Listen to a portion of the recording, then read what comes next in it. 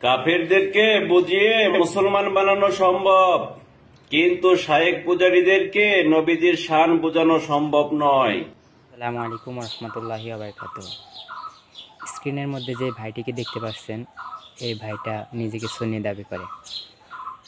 ভালো কথা, নিজেকে সুন্নি দাবি করা, কিন্তু দুঃখের বিষয় হলো ভাইটার মুখের মধ্যে দাড়ি নাই। আচ্ছা, নবীজির প্রতি যদি এতই ভালোবাসা থাকে তাহলে নবীজির সুন্নত নাই কেন মুখে? এটা হচ্ছে প্রথম কথা। আরেকটা বিষয় হচ্ছে,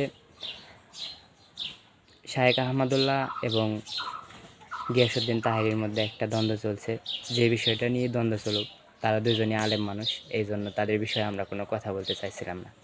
কিন্তু দুঃখের বিষয় হলো, সব সাধারণ পাবলিক কেন এইসব বিষয় নিয়ে কাদা ছুড়াছুড়ি করতেছে, না বলে থাকতে পারলাম না।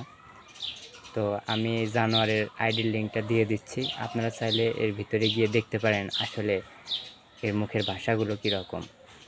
এর ভিডিওগুলো আমি দেখেছি, যেখানে আল্লামা মামুনুল হক সম্পর্কেও অনেক বাজে বাজে কথা বলেছে। আপনাদের কাছে চাওয়া, আপনারা দয়া করে এই ভিডিওটা শেয়ার করে দেবেন, আর হচ্ছে আইডির লিঙ্ক দিয়ে দিচ্ছি, সবাই ঢুকে আইডিটাতে একটু রিপোর্ট মারবেন প্লিজ।